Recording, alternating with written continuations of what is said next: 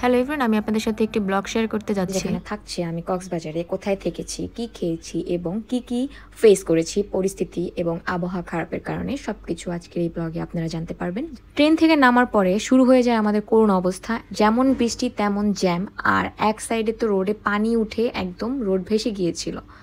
ওখানে কোনো auto rickshaw কোনো কিছুই যাওয়ার কোনো উপায় নেই। আর আমাদের সাথে এত লাগেজ ছিল যার কারণে আমরাও এইগুলো নিয়ে আর সামনে এগোতে পারবো বলে মনে হচ্ছিল না। এজন্য আমরা লং টাইম জ্যামের মধ্যে আটকা পড়ে যাই। বক্সের অবস্থা এতটাই খারাপ ছিল, আসলে তখন ফোনে চার্জ না থাকার কারণে এগুলো ভিডিও ধারণ করা সম্ভব হয়নি।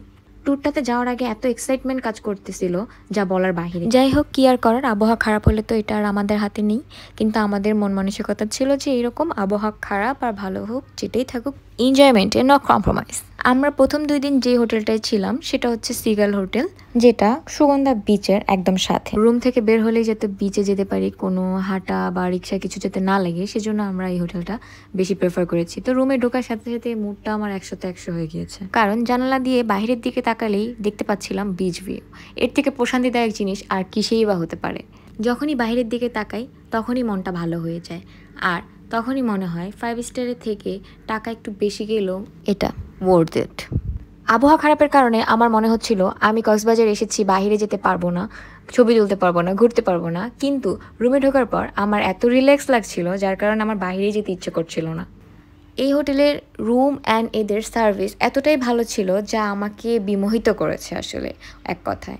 কারণ আমরা যতবার বিচ থেকে এসে ভেজা কাপড় নিয়ে রুমটাকে নষ্ট করেছিলাম, ততবারই এদেরকে কল দেওয়াতে সাথে সাথে এসে এরা ক্লিন করে গিয়েছে। কোনো টাইপের ডিলে এরা করে না। এদের ওয়াশরুমটাও তুলনামূলক ভালোই বড়, নিট অ্যান্ড ক্লিন। আর এরা সব কিছু আপনাকে সেট করে দিবে, লাইক সাবান, shampoo, lotion, after bath cream, conditioner, কোনো কিছুই আপনাকে এক্সট্রা করে আলাদাভাবে নিয়ে যেতে হবে না। এখানে রুম কমপ্লিমেন্টারিতে পেয়ে যাচ্ছেন কফি অ্যান্ড ইলেকট্রিক কেটলি, যেটা আপনি যখন খুশি তখন কফি মেক করতে পারবেন। এরপর আমরা গিয়েছিলাম খাওয়া দাওয়া করতে। খাওয়া দাওয়ার ভিডিওটা নিতে পারিনি আসলে, কারণ বাইরে বৃষ্টি থাকার কারণে ফোন কেউই আমরা নেইনি।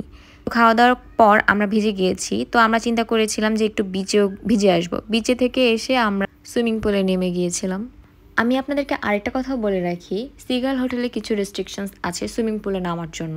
ইদার কোনো জার্সি কাপড়ের টি শার্ট বা সিনথেটিক কাপড়ের আউটফিট পরতে হবে। কটন আর এই জাতীয় কাপড় যেগুলো পানিতে ভেজার পরে ভিজিবল হয়ে যাবে, এমন টাইপস কোনো কিছু পরে পুলে নামা একদমই নিষিদ্ধ। পুলে আমরা 2 ঘন্টারও বেশি সময় স্পেন্ড করে ফেলেছিলাম, কারণ আসলে আমাদের হাতে কিছুই করার ছিল না। বের হয়ে যে ঘুরবো সেই অবস্থাও ছিল না, কারণ বের হলেই ভিজে যেতাম। এই জন্য সবাই মিলে একসাথে এখানেই অনেকক্ষণ ধরে আমরা ভিজতেছিলাম।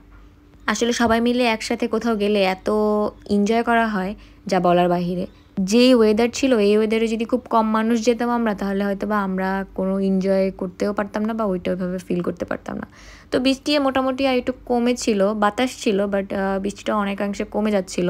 তো আমরা আস্তে ধীরে উঠি, চিন্তা করি যে এখান থেকে উঠে ফ্রেশ ট্রেশ হয়ে একটু রেস্ট নিয়ে বিকেল দিকে যদি বৃষ্টি কমে তাহলে আমরা বের হব। কিছুক্ষণের মধ্যেই আমরা সবাই উঠে গিয়েছি। ভেবেছিলাম যে রেডি হয়ে আমরা বের হব, কিন্তু বৃষ্টি তো ননস্টপ, কোনো থামারই নামগন্ধ ছিল না। দেখতে দেখতে রাত হয়ে যায়। তো আমরা ডিনারে চলে গিয়েছিলাম ঝাউ বাগান নামক একটা হোটেলে, যেখানে খাবার খুবই ভালো ছিল। আর আমার খিচুড়িটা স্পেশালি খুবই মজাদার লেগেছে, আর ওদের যে স্পেশাল আচারটা দেয় সেটাও আরও ফ্রেশ ছিল অনেক বেশি। অন্যান্য অনেক জায়গায় খেয়েছিলাম, বাট ওখানে আচারের মধ্যে একটু বালু পেয়েছি, কিন্তু এখানে খাবারটা আর এত কোয়ান্টিটি থাকে, টাকার অ্যামাউন্ট আন্দাজ, সেটা খুবই ভালো। আমরা যতদিন ছিলাম ততদিন আমরা হোটেলে কোনো কিছুই ট্রাই করিনি আসলে, কারণ হোটেলের সব কিছুই ছিল ওভার প্রাইসড।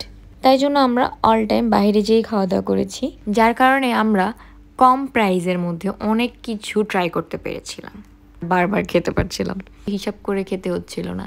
এজন্য আমরা আর ওই হোটেলে খাইনি।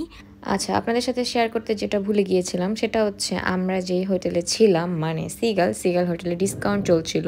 আর সিগাল হোটেলে রুম কোয়ালিটিস 2 ক্যাটাগরি, যেমন একটা হচ্ছে হিল ভিউ, একটা হচ্ছে সি ভিউ। যেটা হিল ভিউ সেটা অন ডিসকাউন্টে ছিল 5,000, আর যেটা সি ভিউ ছিল সেটা ছিল 6,000।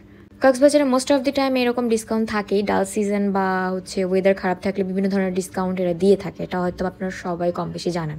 যাই হোক, খাবারের কথায় আসি। এই যে খিচুড়িটা, এটার মধ্যে মাংসের পরিমাণ এত বেশি ছিল, সাথে একটা ডিমও ছিল সেদ্ধ। খিচুড়িটা খেয়ে কোনোভাবেই মনে হচ্ছিল না যেটা বাহিরে কেউ রান্না করছে। মনে হচ্ছিল যে ঘরের মানুষই রান্না করে আসলে সার্ভ করেছে। আমরা বুঝতে পারিনি যে মাংসের পরিমাণ এত বেশি থাকবে। আমরা ভেবেছি খুব কম পরিমাণে থাকবে, যার কারণে আমরা কালা ভুনা নিয়েছিলাম সাথে। যদিও সেটা খুব একটা বেশি মজা ছিল না। এরপর চলে যাই বিচে, সেখানে যেয়ে আনারকলি ট্রাই করি। যদিও এটা নাকি একটা জংলি ফল, কিন্তু তারপরও মানুষ খুব শখ করে খায়। এখানে মসলা দিয়ে খুবই মুখরোচক করে ফেলে। এরপর কিছু অর্নামেন্টস দেখছিলাম, যাদের প্রাইস তুলনামূলক এত বেশি কিন্তু কোয়ালিটি বা মান তত একটা ভালো না। এর থেকে আমাদের মিরপুরের হোপ মার্কেট বেস্ট। আবহাওয়া খারাপের জন্য তেমন কোনো দোকান খুলতে পারছিল না। এর জন্য কি বেশি দাম বলছিল নাকি আমার আসলে জানা নেই, নাকি সবসময় এরকম প্রাইসই ওরা বলে থাকে। যাই হোক, তেমন কোনো কিছু ভালো না লাগায় আমরা আবারও হোটেলে ব্যাক করলাম। রাত শেষ হলো। দেন সেকেন্ড ডেতে আমরা আবারও বের হচ্ছি বিচে যাওয়ার উদ্দেশ্যে। রেডি হয়ে বের হয়ে দেখি তখনও বৃষ্টি। যাক, বৃষ্টি হলেও কিছু করার নেই, এই গুড়ি গুড়ি বৃষ্টিতেই আমাদের বের হতে হবে, কারণ কক্সবাজার এসে যদি শুধু রুমের মধ্যেই বসে থাকি তাহলে আর বিচ এনজয় করবো কিভাবে।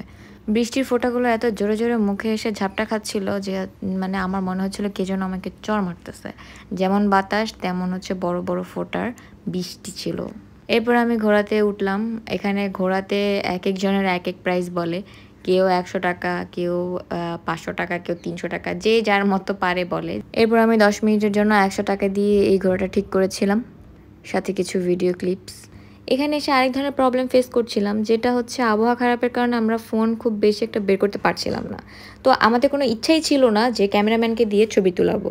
তবুও ফোন না বের করার কারণে আমরা স্মৃতি রাখার জন্য বা কিছু মেমোরিজ কালেক্ট করার জন্য আমরা ওই ক্যামেরাম্যানদেরকে দিয়ে ছবি তোলাই।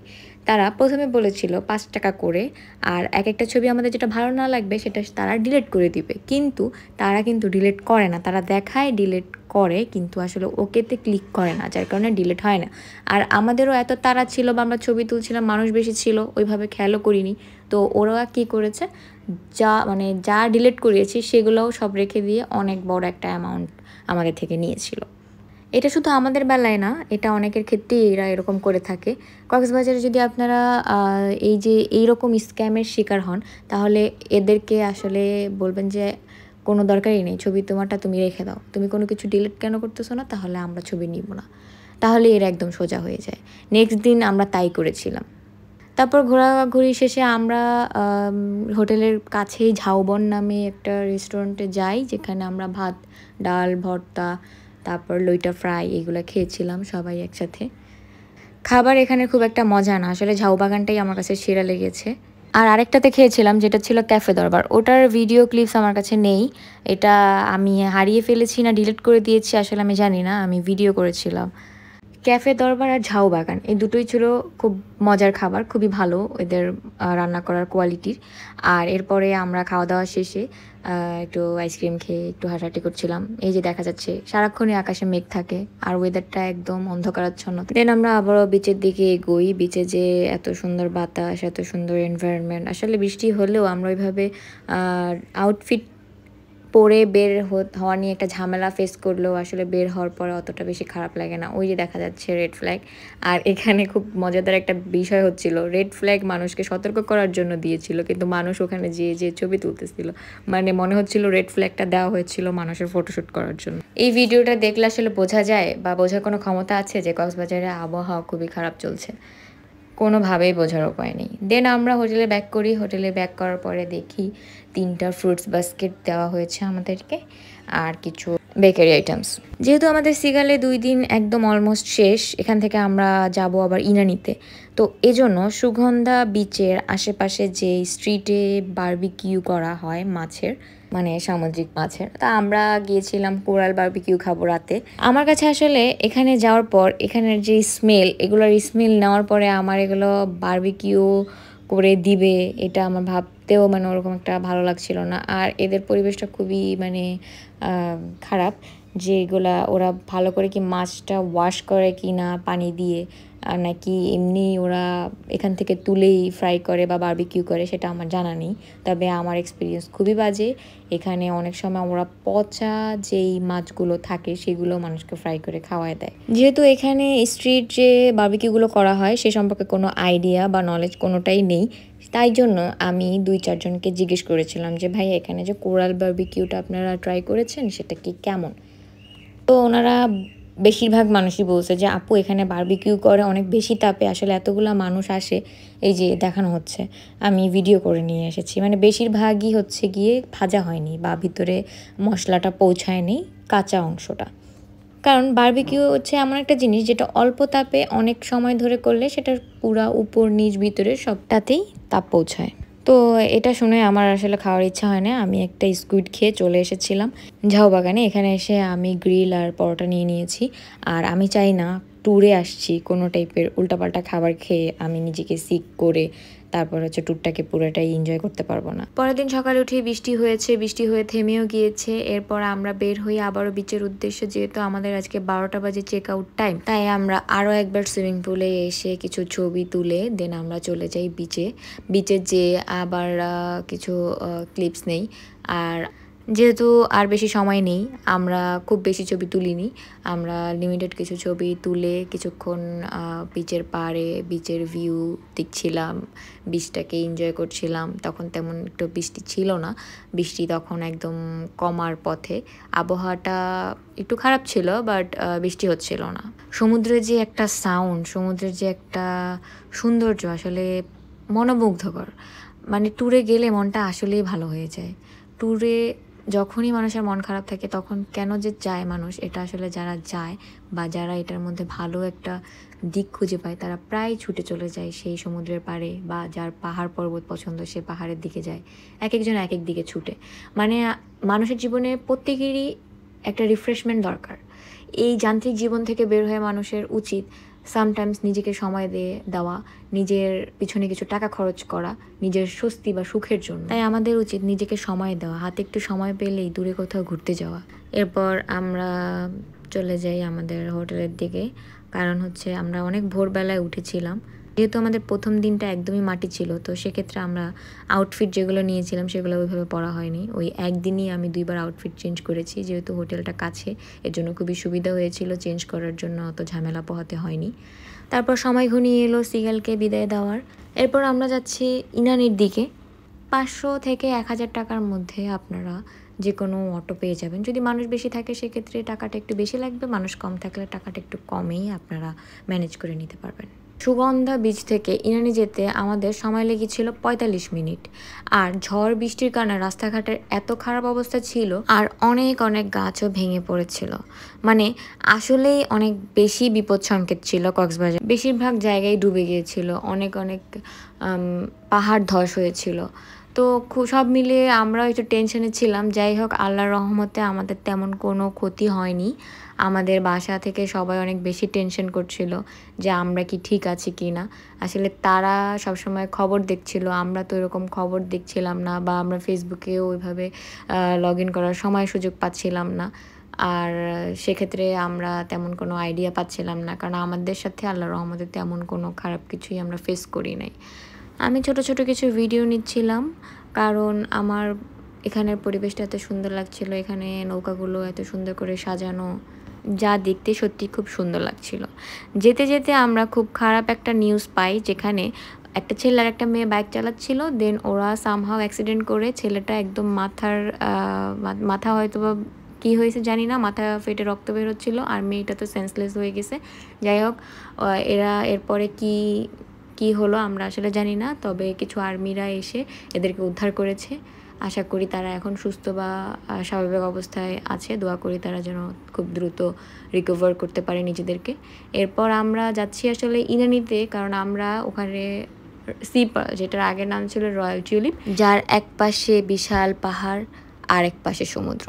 সিপার রিসোর্ট অ্যান্ড স্পা, যার চেকিং টাইম ছিল দুপুর 2 অ্যান্ড চেক আউট টাইম সকাল 11টা। ফাইনালি আমরা গল্প করতে করতে আমাদের গন্তব্যস্থলে চলে এসেছি, সিপারলে। তো আমাদের 2টো অটো ছিল, তো আমরা 2টো অটোতেই অনেকগুলো মানুষ ছিলাম একসাথে। আমরা এই অটো নিয়েই একদম ভেতরে প্রবেশ করি। তবে এই রিসোর্টের ভাড়া প্লাস খাবারের যে কস্ট, সেটা তুলনামূলক অন্যান্য রিসোর্ট থেকে খুবই বেশি। এই জন্যই আমি আপনাদেরকে কিছু ট্রিক্স বলে দিব, যেগুলোতে আপনি বাজেট ফ্রেন্ডলি ওয়েতে ইউজ করতে পারবেন।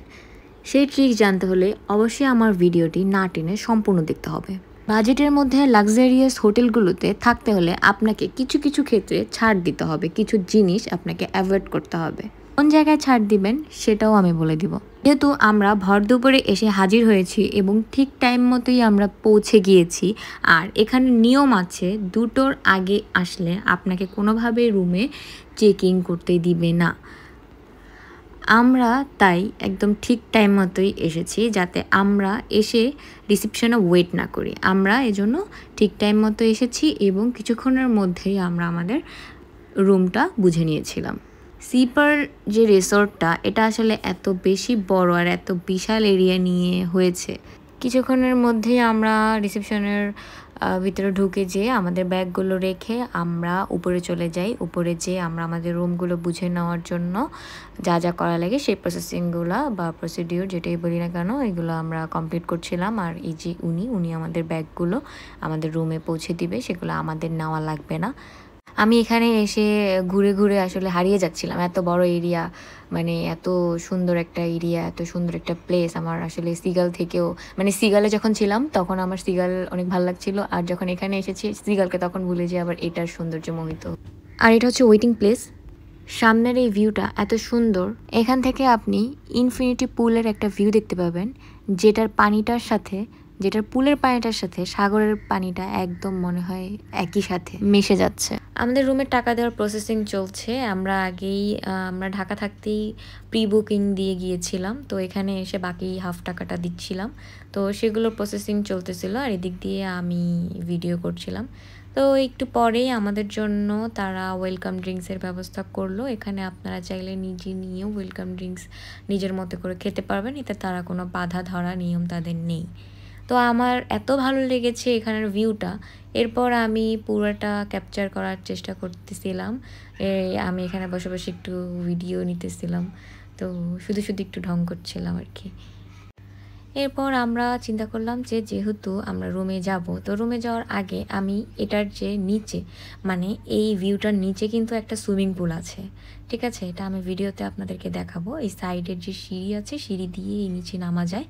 তো এখানে একটা সৌন্দর্যের একটা বিষয় হচ্ছে এই যে পার্লটা, এটার জন্যই মেনলি নামকরণ করা হয়েছে sea pearl resort and spa.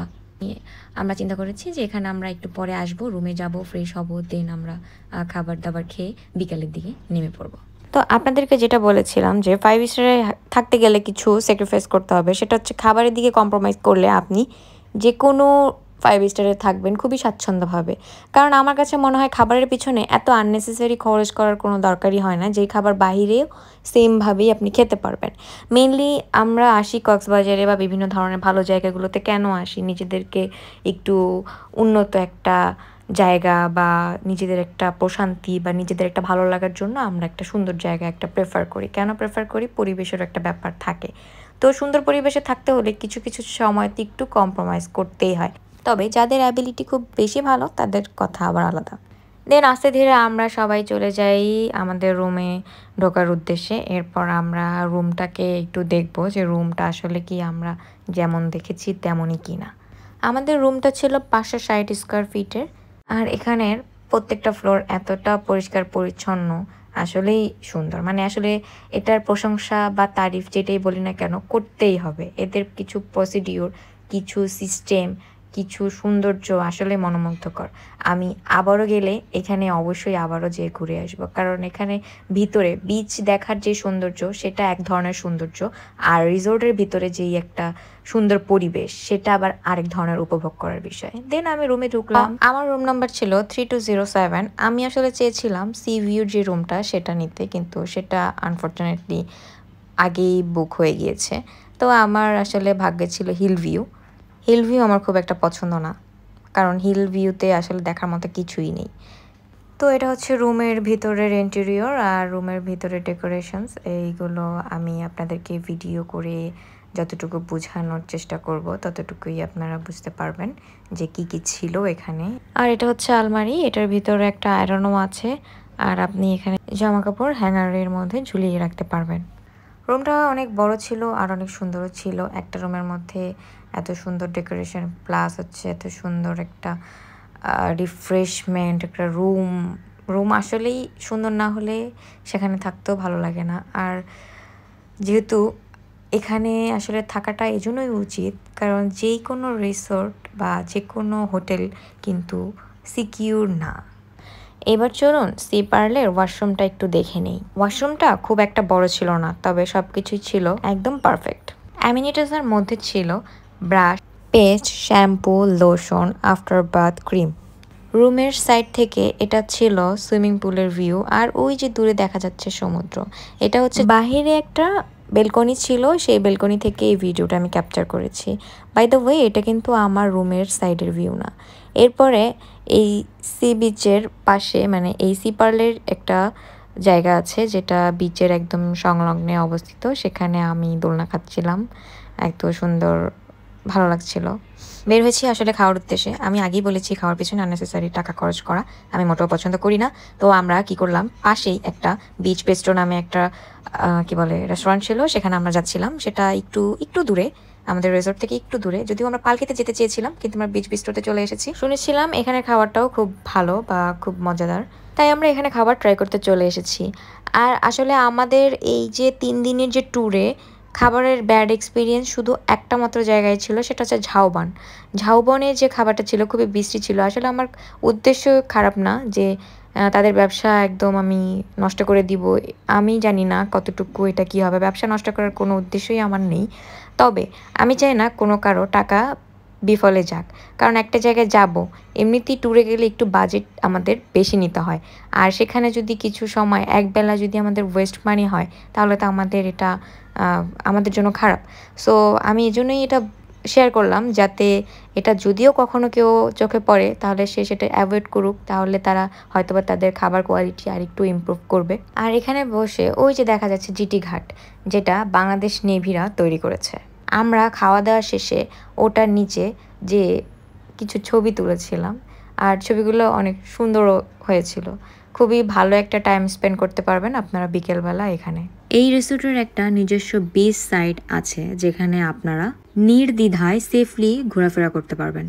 কেউ কোনো বাধা দিবে না এবং কোনো উল্টাপাল্টা মানুষ আসবে না। আমি ঢেউর সাথে খেলাধুলা করতে করতে দেখছি সাইডে তাকিয়ে আমার জুতা চলে যাচ্ছে একদম ভেসে ভেসে। আমি এরকম বিচই পছন্দ করি। এই বিচটাতে আসলে আপনার নিজস্ব মানুষ বা খুব কম সংখ্যক মানুষই এখানে থাকে, যেখানে আপনি ছবি তুললে ব্যাকগ্রাউন্ডে তেমন কোনো মানুষের আনাগোনা থাকবে না।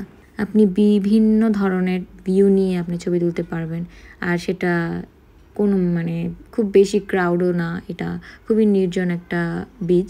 অনেকে আবার নির্জন বিচে খুব ভয় পায়, ভাবে যে কি একা একা, কিন্তু আমার কাছে এরকম বিচই ভালো লাগে যেখানে মানুষের সমাগম কম। আর এই যে খাবার দাবার মাঝখানে আমরা ঘুরতে চলে গিয়েছিলাম আসলে, তার মানে খাবারটা হতে প্রায় 25 থেকে 30 মিনিট লেগেছে। তো আমরা বসে থাকবো, এই জন্য আমরা একটা সাইডে যেহেতু বিচ আছে, এই জন্য আমরা বিচে যে একটু দুষ্টুমি ফাজলামি করে এসেছি, ছবি তুললাম, একটু এনজয় করলাম, গল্প করলাম। এই যেগুলো ছিল আমাদের আইটেম। খাবার মোটামুটি ভালো ছিল, খারাপ ছিল না। আমরা মানে স্যাটিসফাইড খাবার নিয়ে। তবে আমরা যে রূপচাঁদা ফ্রাইটা নিয়েছিলাম সেটা খুব ভালোভাবে ফ্রাই করা ছিল না। তাও খেতে খুব একটা যে খারাপ লেগেছে এমন না, ভালোই লেগেছিল। আসলে যতবারই দুপুরের খাবার খেতে যাই ততবারই অনেক মাত্রায় ক্ষুধা লাগে। যেটাই খাই না কেন ভালো লাগে। আমি আসলে অ্যাকচুয়াল টেস্ট যে খারাপ সেটা বলবো না, কারণ ক্ষুধা লাগলে যেটা না খাওয়ার মতো সেটাও আসলে ভালো লাগে। তো তারপরেও সবাই এটা রিভিউ দিয়েছিল যে খাবারটা ভালো। আর আপনারা চাইলে আপনারাও যদি ইনানির ওই দিকে যান, তাহলে এই বিচ বেস্ট্রোতে আপনারা এসে খেয়ে খাবারটা ট্রাই করতে পারেন। আর খাবারের কোয়ান্টিটি অনুযায়ী দামটা একটু বেশি, সেক্ষেত্রে আপনারা বুঝে শুনে অর্ডার করবেন।